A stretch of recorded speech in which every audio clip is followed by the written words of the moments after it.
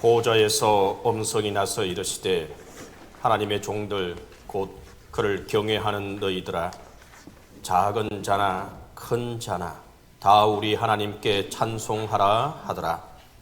또 내가 들으니 허다한 무리의 음성들과 같고 많은 물 소리와도 같고 큰 우리 소리와도 같은 소리로 이르되 할렐루야, 주 우리 하나님 곧 전능하신 이가 통치하시도다. 하나님은 영이시니 예배하는 자가 신령과 진정으로 예배할지니라.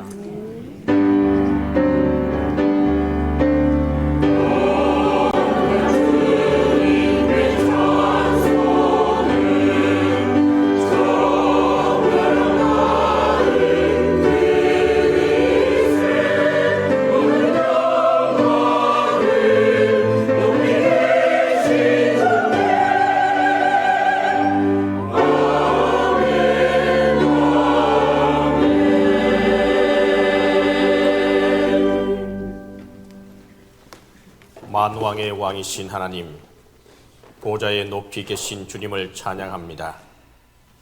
오늘까지 저희들을 인도해 주신 은혜에 감사드립니다.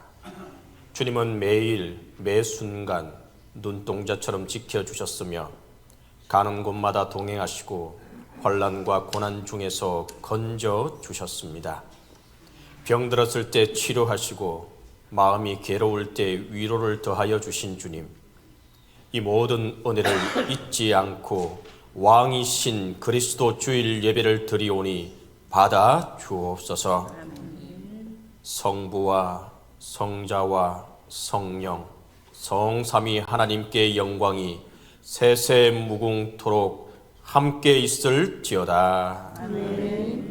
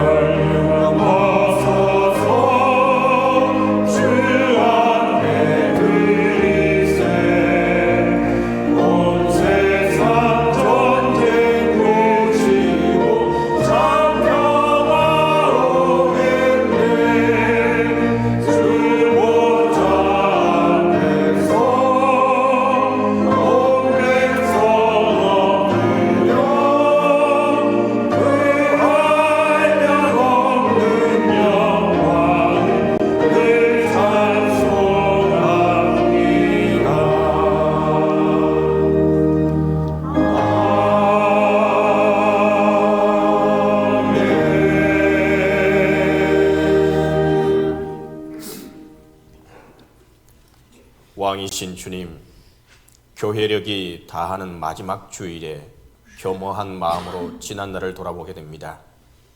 저희들의 심령은 완악하여 왕 되신 주님의 통치를 멀리하고 내 생각과 내 뜻대로 살았을 때가 많았습니다.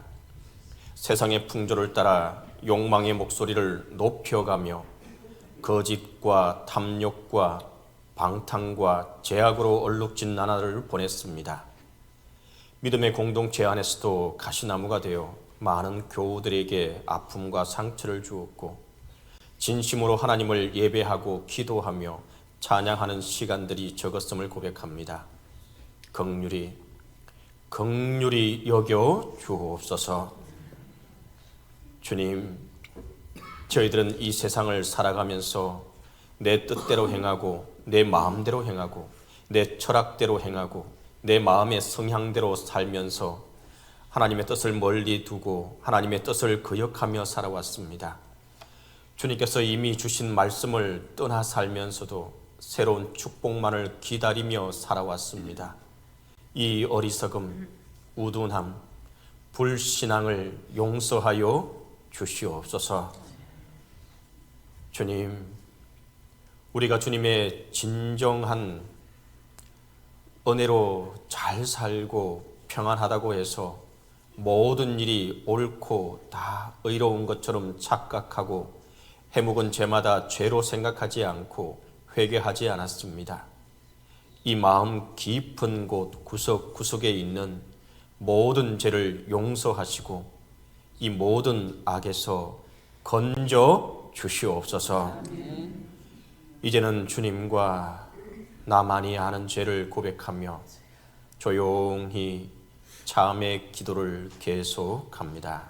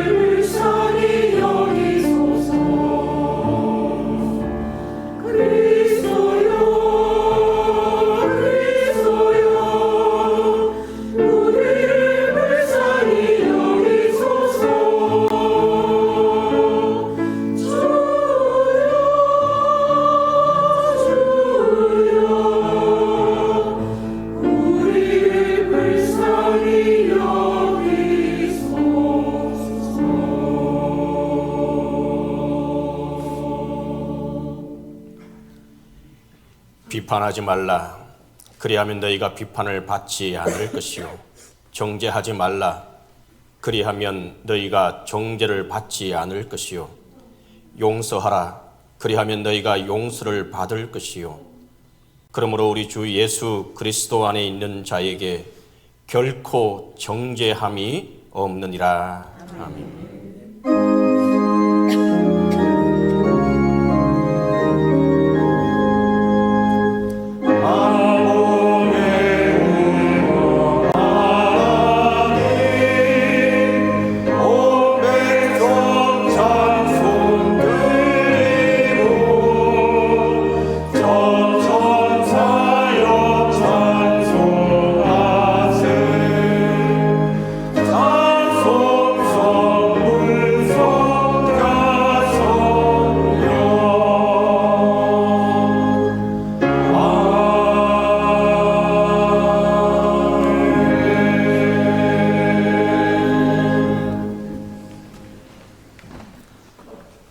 성시교독은 교독문 63번 시편 145편입니다. 왕이신 나의 하나님이여, 내가 주를 높이고 영원히 주의 이름을 송축하리이다.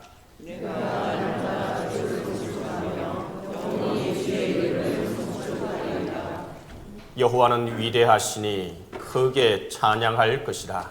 그의 위대하심을 청량하지 못하리로다.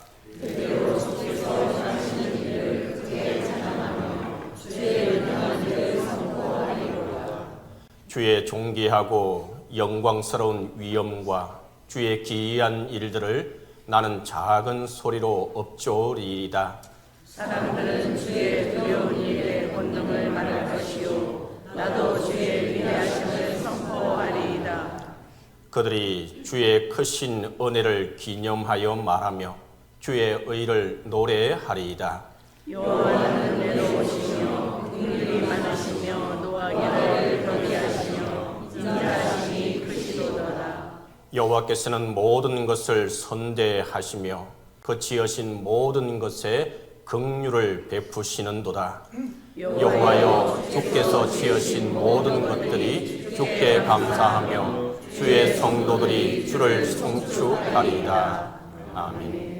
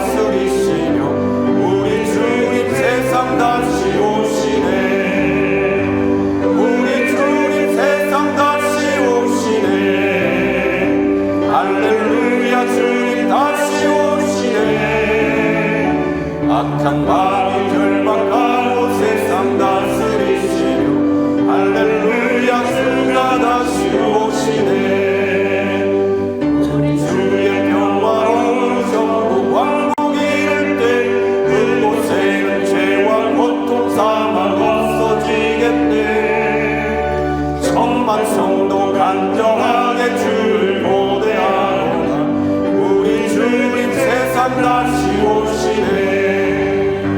우리 주님 세상 다시 오시네. 할렐루야 주님 다시 오시네. 악한 마음이 결박하고 세상 다스리시며 할렐루야 주가 다시 오시네.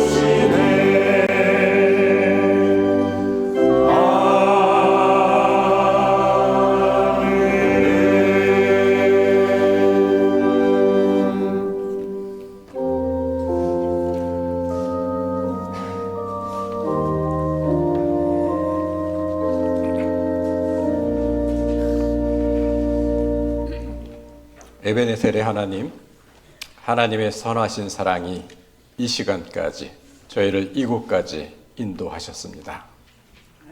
가을도 끝자락에 접어듭니다. 올 한 해를 그리고 인생을 돌아보면 돌아볼수록 주님은 방황하는 자들의 길이 되어 주셨고 광야길을 걷는 우리의 삶을 살뜰히 살펴주셨습니다. 다시 한번 주님의 충만한 사랑에 감사드립니다. 특별히 오늘은 왕으로 오신 그리스도 주일입니다.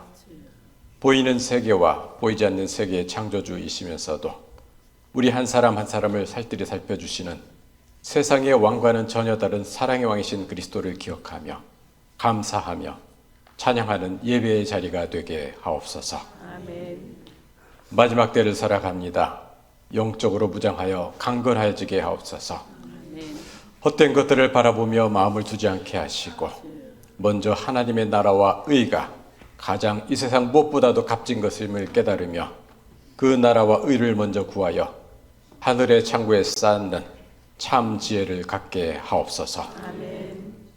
오늘도 찬양과 기도와 말씀 가운데 임재하셔서 우리의 마음을 어루만져 주시고 주님이 우리와 동행하심을 알게 하시며 오직 주께만 소망을 두게 하옵소서. 아멘. 주님이 허락하신 풍성한 추수의 기쁨을 누리는 이는 더욱 하나님께 감사하게 하시고 재정적으로 건강상으로 인간관계에서 아픔을 겪고 있는 이들에게는 재정적 넉넉함과 이전보다 더 나은 건강과 인간관계의 회복으로 눈물을 씻겨주시는 위로의 은혜가 속히 임하게 하옵소서. 아멘. 특별히 원치 않는 영육간의 연약함으로 고통받고 있는 담임 목사님을 기억하시고 속히 온전한 회복의 은혜를 내려 주옵소서. 오늘 또 귀한 찬양으로 준비한 마리아 소명 찬양대의 찬양과 함께 마음으로 찬송하는 성도들의 찬양을 기뻐 받아 주옵소서. 이 모든 말씀 우리의 왕이신 예수 그리스도 이름 받들어 기도하옵나이다.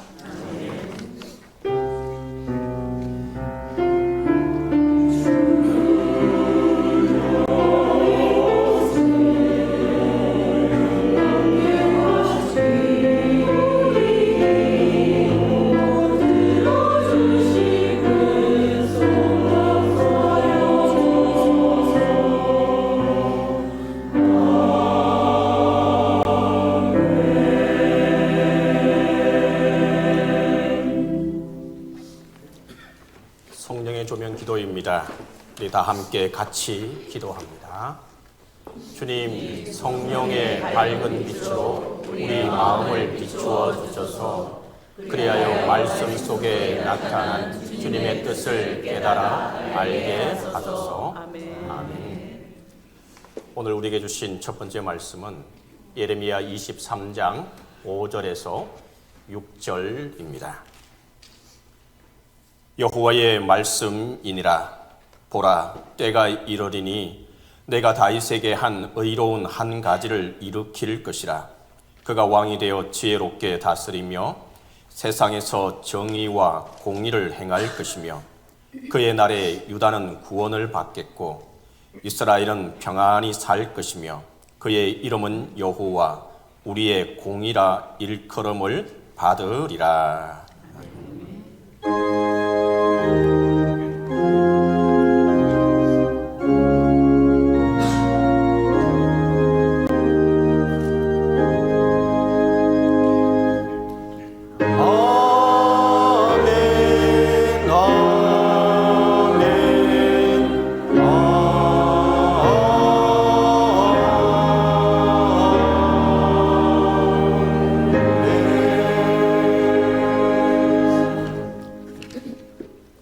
말씀은 골로새서 1장 15절에서 20절입니다. 그는 보이지 아니하는 하나님의 형상이시요 모든 피조물보다 먼저 나신 이시니 만물이 그에게서 창조되되 하늘과 땅에서 보이는 것들과 보이지 않는 것들과 혹은 왕권들이나 주권들이나 통치자들이나 권세들이나 만물이 다 그로 말미암고 그를 위하여 창조되었고 또한 그가 만물보다 먼저 계시고 만물이 그 안에 함께 섰느니라. 그는 몸인 교회의 머리시라. 그가 근본이시요 죽은 자들 가운데서 먼저 나신 이시니 이는 친히 만물의 어뜸이 되려 하심이요 아버지께서는 모든 충만으로 예수 안에 거하게 하시고 그의 십자가의 피로 화평을 이루사 만물 곧 땅에 있는 것들이나 하늘에 있는 것들이 그로 말미암아 자기와 화목하게 되기를 기뻐하심이라. 아멘.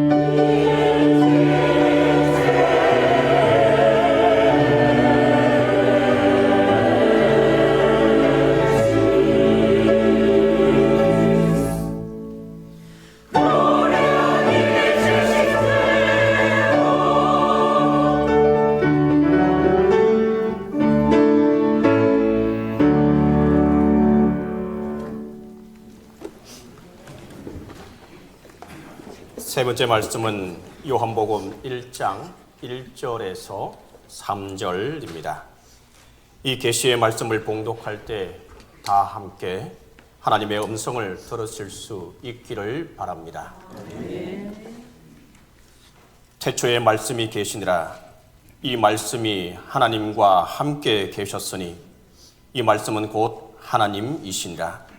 그가 태초에 하나님과 함께 계셨고 만물이 그로 말미암아 지은 바 되었으니 지은 것이 하나도 그가 없이는 된 것이 없느니라. 아멘.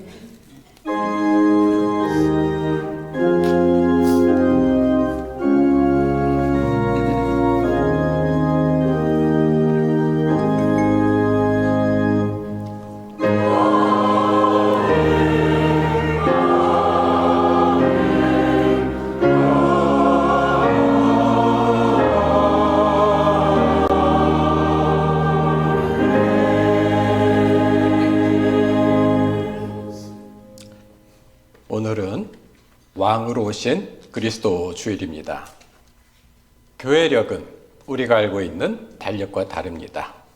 일반적인 달력은 1월 1일부터 12월 31일까지가 이렇게 1년을 채워나가게 되어 있습니다만은 교회력은 11월 말경에 시작되는데 엄밀히는 성탄절을 앞두고 4주 동안의 대림절, 바로 그 직전이 바로 왕이신 그리스도 주일이 된다 했습니다. 결과적으로 아기 예수님의 오심을 기다리는 대림절을 시작으로 해서 성탄절, 조금 지나면 부활절, 또 우리가 얼마 전에 지냈던 추수감사절기 등 여러 절기를 거치면서 1년의 마지막 시점이 되는 그때가 바로 오늘 왕으로 오신 그리스도 주일이라 할 수 있겠습니다. 이런 교회력의 의미는 우리를 포함해서 흑암 속에 살고 있었던 이 땅의 죄인들을 위해 하나님이 약속하신 구원자, 아기 예수님을 보내주심을 고대하고 소망하는 절기가 바로 이제 대림절이 되겠지요. 그리고 우리의 믿음의 그리고 인생의 여정의 마지막을 상징하는 11월 말쯤이 되면 바로 그 예수님이 우리 인생의 참된 왕이셨다. 그리고 왕이고 앞으로도 왕되심을 고백하고 찬양하는 절기가 바로 왕이신 그리스도 주일이 되는 것입니다. 아기 예수님의 탄생의 시점부터 1년의 마지막 시점에 예수께서 우리의 왕되심을 고백하는 이 전통과 교회력은 우리가 모두 살아가면서 마무리하는 우리 인생의 그 마무리 시점에 자신의 인생을 돌아보면서 살아보면 살아볼수록 세상은 헛되기 때문에 이후로는 우리 하나님을 맡기 전에 왕이신 예수 그리스도를 기억하면서 모든 인생사는 뒤로 조금씩 물러서게 하고 접어두면서 우리의 진정한 왕이신 예수 그리스도를 고백하고 찬송해야 한다는 그런 의미를 담고 있습니다. 근데 특이하게도 성경은 예수님에 대해서 왕이라고 소개하지만 성경이 보여주는 왕은 뜻밖에도 조금 그렇게 호의적이지는 않다는 사실입니다. 사무엘이 사사로 사역하던 그 말기에 갑자기 뜬금없이 이스라엘 백성들이 우리에게도 왕을 세워주세요 하고 요청하게 됩니다. 하나님이 직접 다스리시는 인간의 왕이 필요 없는 그런 놀라운 은혜를 체험하고 있었던 이스라엘이 주변 나라에는 다 왕이 있는데 우리는 왜 왕이 없습니까? 하면서 왕을 세워달라고 요청하게 됩니다. 사무엘은 마음이 상했지만 천천히 왕이 어떤 존재인지를 백성들에게 설명하게 되죠. 왕은 너희 아들들을 군인으로 뽑아 전쟁터에 보내며 죽게 할 수도 있고 부하로 삼아 부릴 것이며 너희 딸들은 궁중의 요리사로 하인 부리듯 할 것이고 너희 소출에 가장 좋은 것은 왕이 가져갈 것이며 모든 것에 세금을 붙여 결국은 너희를 압제하는 왕이 될 것이다. 이렇게 설명했는데도 불구하고 이스라엘 백성은 듣지 않습니다. 무조건 왕을 세워달라고 요청하게 됩니다. 하나님은 속상해하는 사무엘을 향해서 이 백성이 너를 버리는 것이 아니고 나를 버리는 것이라 하시면서도 백성들의 요구대로 왕을 세워주십니다. 바로 이 일로 인해서 여러분이 잘 아시는 이스라엘의 초대 왕 사울 왕이 출하게 되죠. 사울은 왕이 되기 전 또 왕이 되는 첫 순간에는 겸손하고 심지어 소심하기까지 한 왕이었습니다. 왕이 즉위하는 즉위식 날이 되었는데 모든 행사를 다 구비했음에도 불구하고 정작 중요한 왕 사울이 보이지 않습니다. 사람들이 온 동네를 찾아다녔더니 우리말로 하자면은 소 달구지 한 곁에 숨어서 이렇게 벌벌 떨면서 내가 어떻게 왕을 해 하고 떨고 있는 모습을 백성들이 보게 되었죠. 백성들이 한심해합니다. 저 따위가 어떻게 우리의 왕이 될 수가 있어? 왕으로서의 권위가 전혀 없어 보입니다.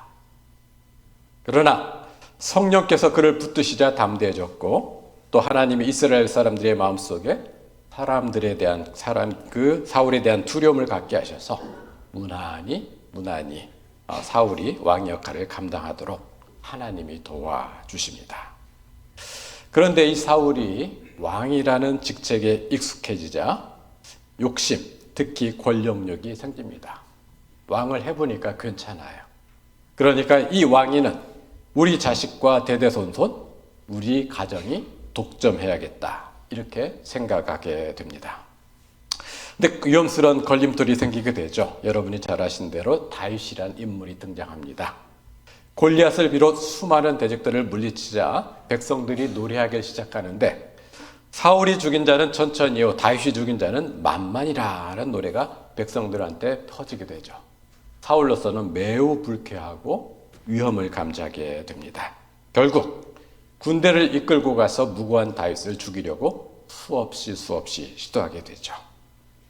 하나님의 뜻과 멀어진 그는 무당에게서 의지하다가 전쟁터에서 자신과 그 자식이 다 죽고만은 비참한 최후를 맞게 됩니다. 겸손했었던, 오히려 소심하기까지 했던 그 왕이 변질되어서 권력욕의 화신이 되었던 것입니다. 우리가 이스라엘 백성들 가운데 이 가장 훌륭한 왕으로 알고 있는 다윗은 어떨까요? 왕이 되기 전 이 다윗은 사울에게 쫓기면서도 그를 따르는 일군의 무리가 있었습니다. 성경은 그가 약 600명쯤 되었다 말씀하고 있는데 정치적 혼돈의 시기였기 때문에 다양한 부족들이 서로 전쟁을 그치지 않는 그런 상황이었다 할 수 있겠습니다. 다윗 일행도 싸움도 불사하면서 식솔들이 먹을 것을 찾아다니는데 그 틈에 아말렉 사람들이 쳐들어와서 그들의 거주를 급습한 다음에 쑥대밭을 만들어 놓고는 가족들을 포로로 끌고 가게 됩니다. 분노한 이들이 다윗에게 책임을 돌리며 돌을 던지려는 위급한 상황이 되자 다윗은 하나님께 무릎을 꿇고 도움을 요청합니다. 이제 추격대를 꾸려야 되는데 앞선 전투에서 너무 지쳐버렸던 200명이 한 발짝도 뗄 수 없는 그런 피곤한 상태가 되었습니다. 결과적으로 400명만 이끌고 추격에 나서게 되었는데 아말렉 사람을 만나 그들을 괴멸시키고 가족과 아말렉 사람들 간의 재산까지도 전리품으로 얻는 성과를 갖게 되었습니다. 이 400명의 무리, 승리한 무리 중에 악한 이들이 나타나서 다윗에게 이렇게 얘기한 겁니다. 지쳐가지고 힘들게 함께 추적하지 못하고 그냥 편안하게 본거지에서 쉬고 있는 사람들은 가족만 돌려주고, 왜냐하면 그들은 이 싸움에서 아무런 기여한 바가 없다는 겁니다.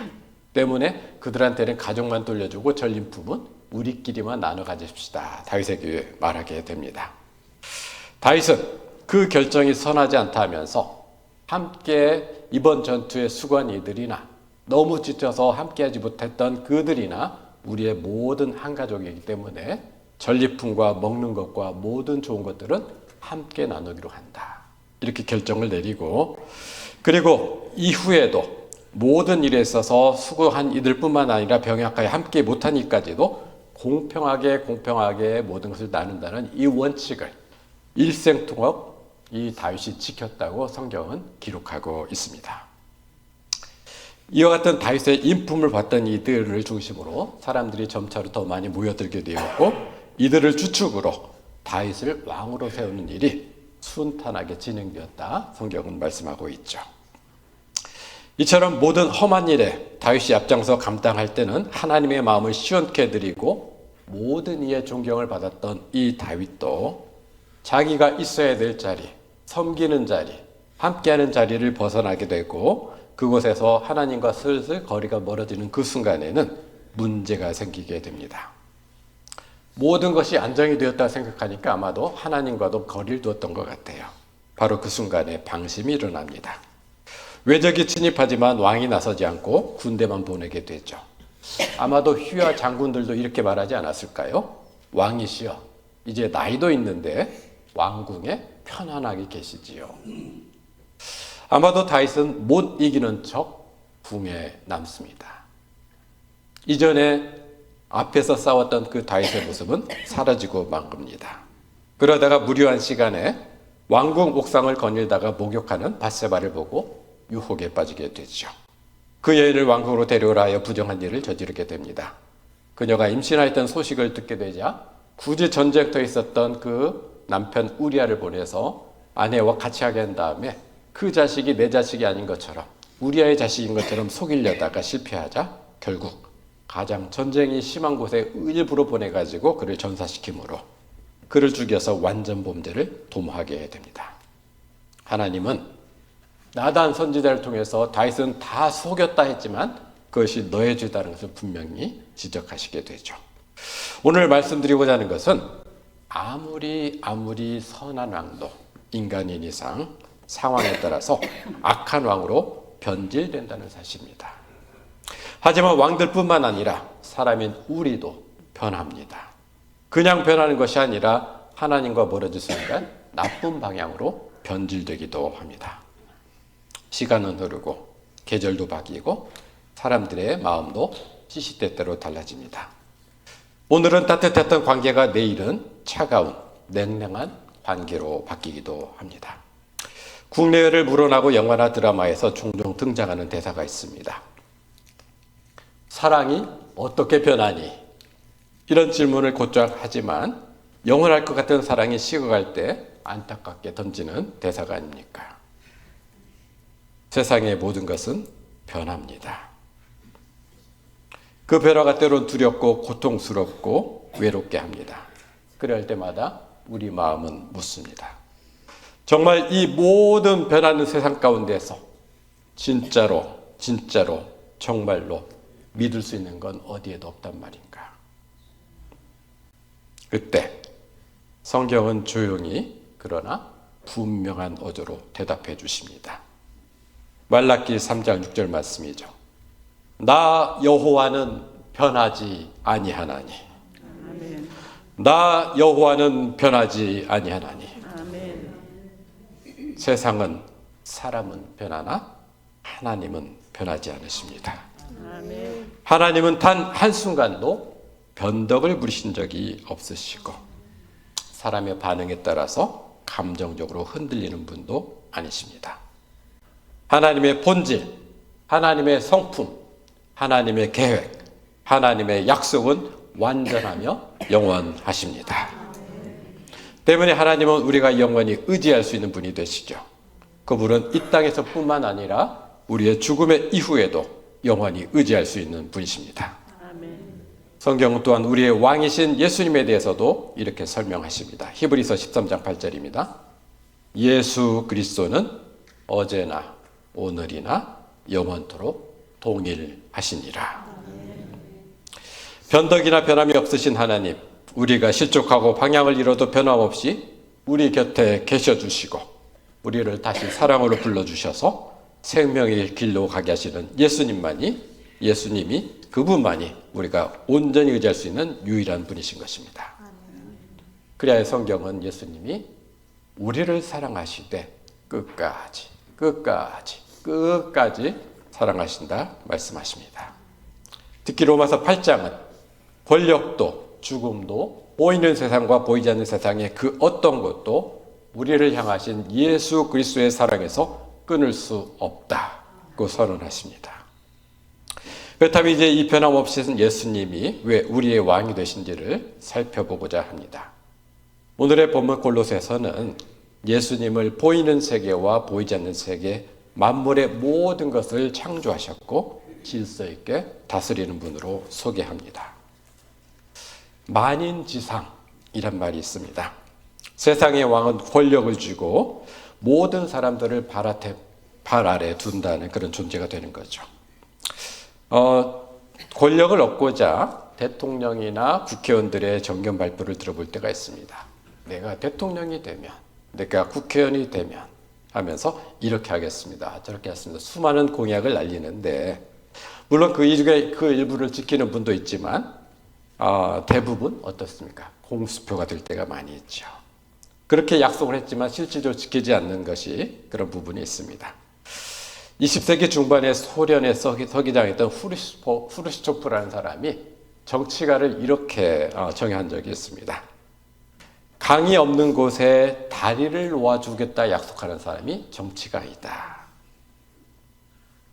강이 없어도 돼요. 강이 없어요. 그러니까 다리가 없어도 되는데 강이 없는 곳에다가 다리를 놓아주겠다. 마치 선심 쓰듯 하면서 사람들의 마음을 홀리는 사람이 바로 정치가이다. 이렇게 얘기했다는 거죠. 그러나 예수님에게는 공수표가 없습니다. 민수기 23장 19절에 보면 하나님은 사람이 아니시니 거짓말, 시건, 허언을 하지 않으시고 인생이 아니시니 후회가 없으시도다. 어찌 그 말씀하신 바를 행하지 않으시며 하신 말씀을 실행하지 않으시랴. 하나님은 그리고 예수님은 그 말씀하신 바를 다 이루어 주십니다. 아멘.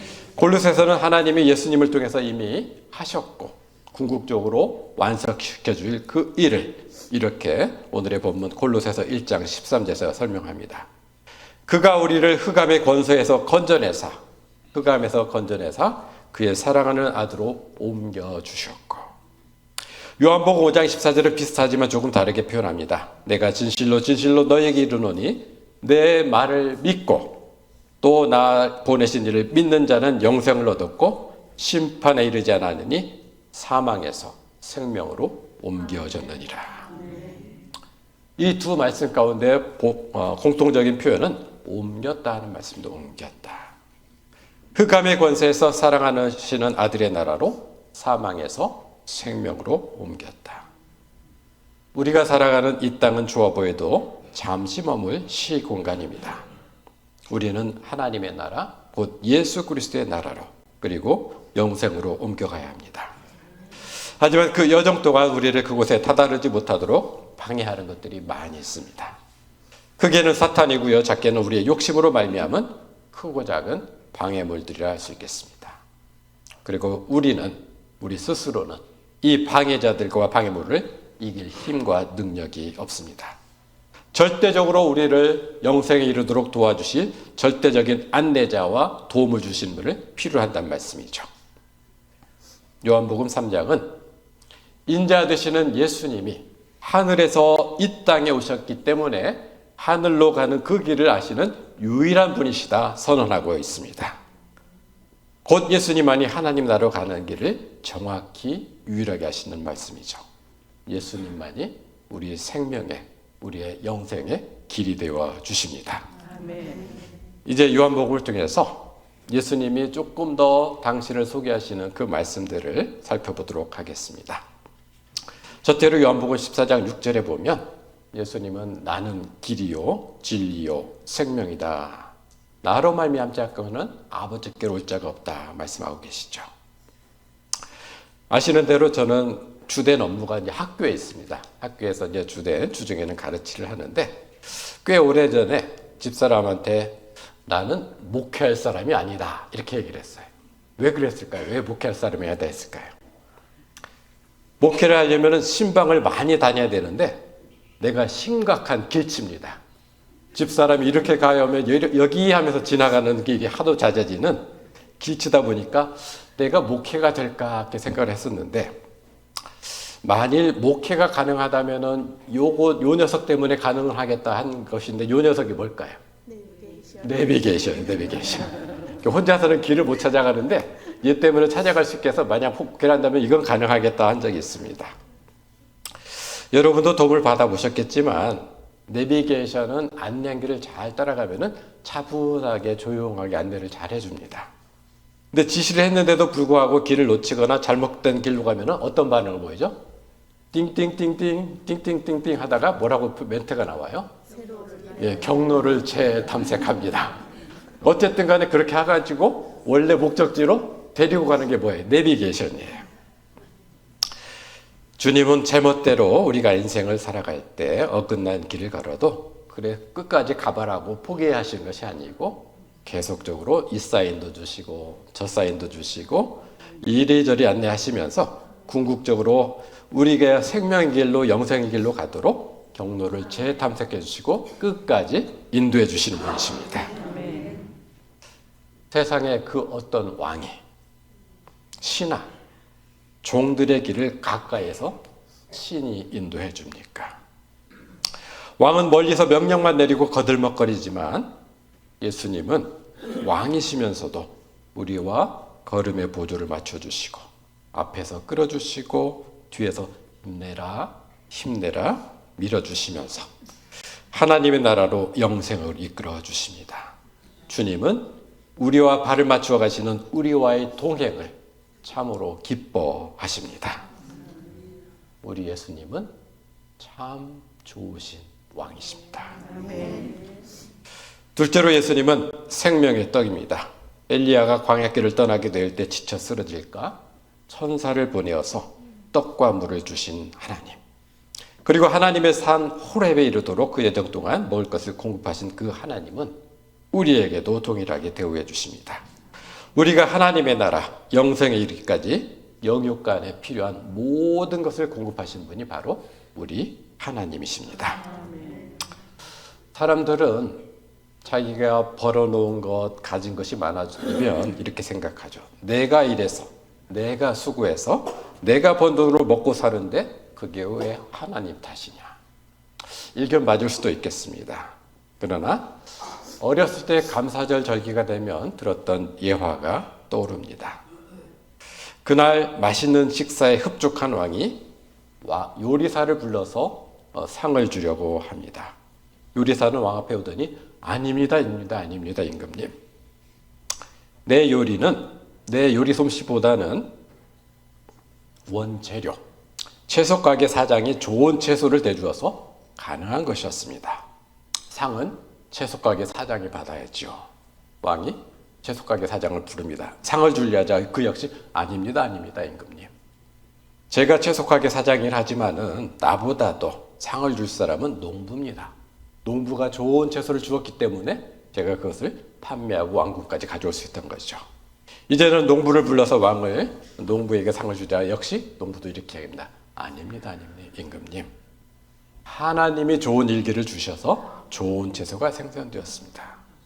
왕이 고마울 분은 바로 하나님이십니다. 라고 대답했다고 하지요. 내가 돈이 있다고 혼자 살 수 있다고 살아가는 세상이 아닙니다. 여러 사람의 도움의 손길이 서로 도와가면서 세상을 살아가는 것입니다. 그리고 우리가 오손도손 살아가는 그 모든 공간과 시간에 하나님의 손길이 다 닿아 있습니다. 우리는 내가 이룬 업적으로 살아간다 생각하지만 우리를 이 모양 저 모양 도우면서 살아가시는 분은 하나님이십니다. 영생에 이르기까지 이 세상에서도 우리의 먹을 것, 마실 것, 입을 것, 잘 곳을 공급해 주시는 예수님은 참 좋으신 왕이십니다. 셋째로 하나님은 선한 목자이십니다. 예수님이 선한 목자이시죠. 선한 목자는 양의 이름을 안다 했습니다. 대체로 높은 사람이 되면 낮은 사람의 마음을 헤아리기가 쉽지가 않습니다.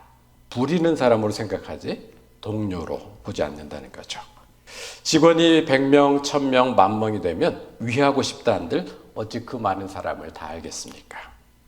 근데 놀랍게도 예수님은 우리의 이름을 다 아신다고 말씀합니다. 성경에서 이름은 김땡땡, 앙땡땡 단지 이름을 안다는 것이 아닙니다. 그 사람의 전부 모든 것을 알 때 그 사람을 이름을 안다 표현한다는 뜻이죠. 주님은 온 우주의 왕이시지만 우리의 이름을 아시고 우리의 전부를 아십니다. 그리고 우리의 처지와 형편을 다 살펴주십니다. 예수님은 참 좋으신 왕이십니다. 조금 심각한 질문을 하려고 합니다. 여러분 주위에 여러분을 사랑해 주시는 좋은 분들 많이 계시지요. 하지만 안타깝게도 그분들이 여러분을 위해서 대신 죽어줄 수 있을까요? 물론 그런 분도 간간히 있긴 하겠지만 참 쉽지는 않아 보입니다. 연애할 때는 온갖 좋은 말로 약속하죠. 그래서 막 이것저것 다 해주겠다는데 일부 때는 성가대한테 물어봤으니까 이번에는 우리 성도님한테 물어보죠. 우리 여성도님들 남편분들이 별 따다 주셨어요? 분명히 그 뭐 약속도 했을 것 같은데 지금 보니까 아직까지는 안 이루어진 것 같아요. 물론 우리를 아끼는 분들은 많이 있지만 요한복음 10장 11절에서 예수님은 이렇게 얘기하십니다. 나는 선한 목자라. 선한 목자는 양들을 위하여 목숨을 버리거니와. 예수님은 우리를 위해서 이미 죽으셨고 그 희생제사된 십자가의 죽음이 세상의 모든 죄악을 다 사하고도 남을 만큼 위대한 고귀한 죽음이었기 때문에 예수님이 더 돌아가실 필요는 없습니다. 그럼에도 불구하고 이 말씀이 말씀하시는 분은 사랑하는 가족도 대신 해주기 어려운 우리를 위한 죽음은 필요하다면 예수님은 10번도 더 우리를 위해 죽어주실 수 있는 분이 바로 예수님이시다 그 말씀을 하고 있다는 거죠. 그만큼 예수님은 우리를 사랑하시는 분입니다. 이 예수님 참 좋으신 왕이시죠. 마지막으로 예수님은 부활이요 생명이십니다. 이 땅의 삶도 소중합니다. 너무도 귀합니다. 그러므로 우리가 이 땅의 삶을 감사한 마음으로 살아가야 합니다. 하지만 누구나 예외 없이 마무리할 때가 곧 옵니다. 아무리 잘 살아도 아쉬움이 남기 마련이고 잘못 살았다면 더더욱 아쉬움이 남을 수 있는 것이 바로 우리의 인생입니다.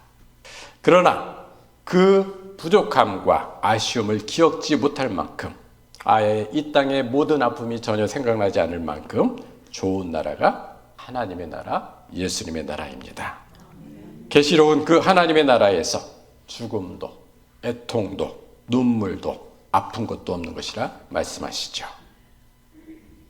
예수님을 모르는 이에게는 우리 인생의 끝자락, 그 죽음이 흑암으로 가는 길이 될 수 있으나, 예수님을 믿는 이에게는 죽음은 빛으로, 생명으로, 부활로 이제는 통로가 됩니다. 예수님께서 우리를 기다리시는 그 길은 가로등에 간간히 비춰지는 그 빛이 아니라, 예수님은 태양보다 수천 배, 수만 배 더 밝으신 빛 자체이십니다. 우리가 부를 때는 그 죽음이라는 흑암의 시간이 있지만 그 너머에는 빛이신 예수님이 기다리고 계시기에 우리는 예수님을 놓칠 수가 없습니다. 예수님이 어디 계신지 누구나 다 알게 된다는 거죠. 길이요, 진리요, 생명이시요, 빛이신 주님이 우리를 환하게 비춰주시며 기다려주시기 때문입니다. 예수님은 참 좋은 왕이십니다. 오늘의 또 하나의 본문이 예레미야서 23장은 예수님께서 왕이 오시면 그 왕이 지혜롭게 다스리며 세상에서 정의와 공의를 행할 것이고, 그날에 유다는 구원을 얻겠고 이스라엘은 평안할 것이라 약속합니다. 우리는 이 땅에 살아가면서 자주 언급하는 표현이 불공평해, 불공평해, 이걸 많이 갖고 살고 있죠. 억울함이 많이 있습니다. 그러나 예수님의 나라는 공평하신 주님이 지혜로 다스리기에 억울함이 없습니다. 정의가 펼쳐집니다. 구원이 있습니다. 평안함이 있습니다. 평강이 있습니다. 이것이 바로 예수님이 우리의 왕이 되시는 이유이자 목적인 것입니다. 말씀을 정리합니다. 예수님은 보이는 세계와 보이지 않는 세계의 모든 창조주이시고 질서를 부여하신 왕이십니다. 그러나 높은 데서 고압적으로 세상을 다스리는 분이 아니라 나를 위하여 종의 형체를 가져 대신 십자가에 달려주신 왕이십니다. 당신의 목숨보다 우리를 사랑해 주신 분이라는 뜻이죠. 우리가 갈 길을 몰라 헤맬 때 하나님의 나라로 안내해 주시는 길이요 빛이 되신 그 예수님, 또 우리의 부활로 들어가는 그 문이 내어주시고 그 가는 길 동안 지치지 않도록 생명의 떡을 계속 공급해 주시는 분이 바로 우리 예수님입니다. 많은 사람 가운데 살다 보면 나는 숨겨져 있다, 잊혀져 있다, 모른다 할 수 있지만, 예수님은 우리를 많은 무리 가운데 한 사람으로 대하는 것이 아니라 한 사람 한 사람 우리 모두의 이름을 알고 계시고 우리의 처지와 형편을 다 아시며 우리의 마음의 고통에 공감하시면서 힘내라, 힘내라, 힘내라 격려하시면서 동행해 주시는 왕이십니다. 잠시 우리의 삶 가운데 눈물과 곡함과 애통함과 심지어 죽음이 있을지라도 우리의 눈에서 그 눈물을 씻겨주시며 다시는 아픔도 애곡하는 것도 고통도 죽음도 범접하지 못하는 영원한 생명을 주시는 부활의 주님이 바로 우리 예수님이십니다. 아멘. 예수님은 참 좋으신 왕이십니다. 그리스도의 왕되심을 진심으로 찬양합시다. 그리고 우리의 작은 삶의 부분에서 큰 결정에 이르기까지 주님의 왕되심을 인정하고 그분의 뜻대로 삶의 모든 부분을 결정하십시다. 우리가 잠시 흑암의 길을 걷고 있지만 하나님의 인도하심, 빛 대신 예수 그리스도, 자유케 하시는 예수님, 친히 우리 교인 한 사람 한 사람의 이름을 불러주시고 인도하시는 온 우주의 왕이신 예수 그리스도를 힘입어 이 땅에서 성도 여러분과 제가 승리하게 되길 소망합니다. 아멘. 더 나아가 흑암보다 더 크신 예수 그리스도를, 태양보다 더 크신 빛나는 예수 그리스도를 바라보며 그분의 빛의 나라에 우리 모두가 들어가며 동신교회 안에도 하나님의 빛이 비춰지길 소망하는 모든 동신의 믿음의 권속들 위에 하나님의 은혜와 평강이 있기를 주님의 이름으로 축원드립니다. 기도하시겠습니다. 사랑의 주님, 세상은 우리를 뿌리려 하고 군림하려 하고 억누르려 하며 불공평한 그런 삶이 많으나 예수님은 오히려 우리보다 낮은 곳에 위치해 주시고 우리를 세워주시고 업어주시고 앞서서 이끌어주시며 힘내라 힘내라 뒤에서 밀어주고 격려하시면서 주님의 나라로 친히 이끌어주시는 분이십니다. 이 예수님이 우리의 왕이 되게 하셔서 감사합니다. 예수님의 이름으로 기도하옵나이다. 사도신경으로 우리의 신앙을 고백합니다. 나는 전능하신 아버지 하나님 천지의 창조주를 믿습니다. 나는 그의 유일하신 아들 우리 주 예수 그리스도를 믿습니다. 그는 성령으로 잉태되어 동정녀 마리아에게서 나시고 본디오 빌라도에게 고난을 받아 십자가에 못 박혀 죽으시고 장사된 지 사흘 만에 죽은 자 가운데서 다시 살아나셨으며 하늘에 오르시어 전능하신 아버지 하나님 우편에 앉아 계시다가 거기로부터 살아있는 자와 죽은 자를 심판하러 오십니다. 나는 성령을 믿으며 거룩한 공조회와 성도의 교제와 죄를 용서받는 것과 몸의 부활과 영생을 믿습니다.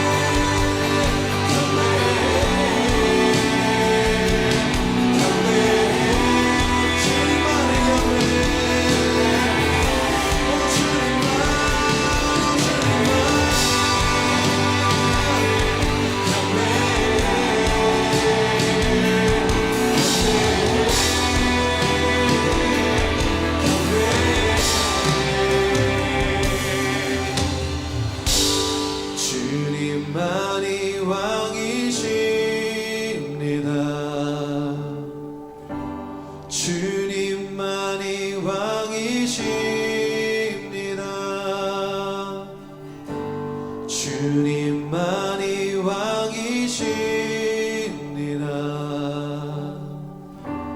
주님만이 왕이십니다.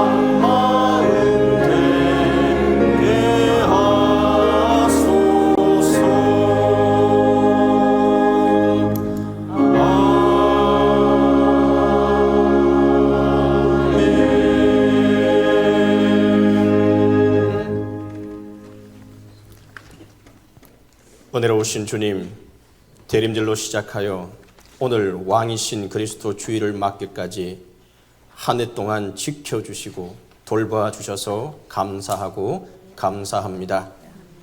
이제 주님께서 베풀어 주신 사랑과 은총과 축복 가운데 예배하는 저희들이 순수에 맞추어 예물을 봉헌합니다. 저희들의 정성과 믿음, 몸과 마음, 물질과 사랑을 기뻐 받아 주시옵소서. 드리는 손길, 바치는 정성을 축복하시고 하늘의 신령한 은혜로 이 땅 위에 기름짐으로 함께 하사 삶과 믿음이 윤택하게 하여 주옵소서. 주님, 동신의 가족들 가정마다 평강하게 하시고 심령마다 강건하게 하시며 연로하신 어른들과 병상의 환우들에게 회복과 생기와 힘을 더하여 주옵소서. 담임 목사님과 함께하여 주시고 영과 육이 온전한 회복과 치유가 있게 하여 주옵소서. 앞으로 다가오는 한 주간 주님의 은혜로 주님의 통치하심으로 승리하게 하여 주옵소서. 우리의 왕이신 예수 그리스도의 이름으로 기도합니다. 아멘.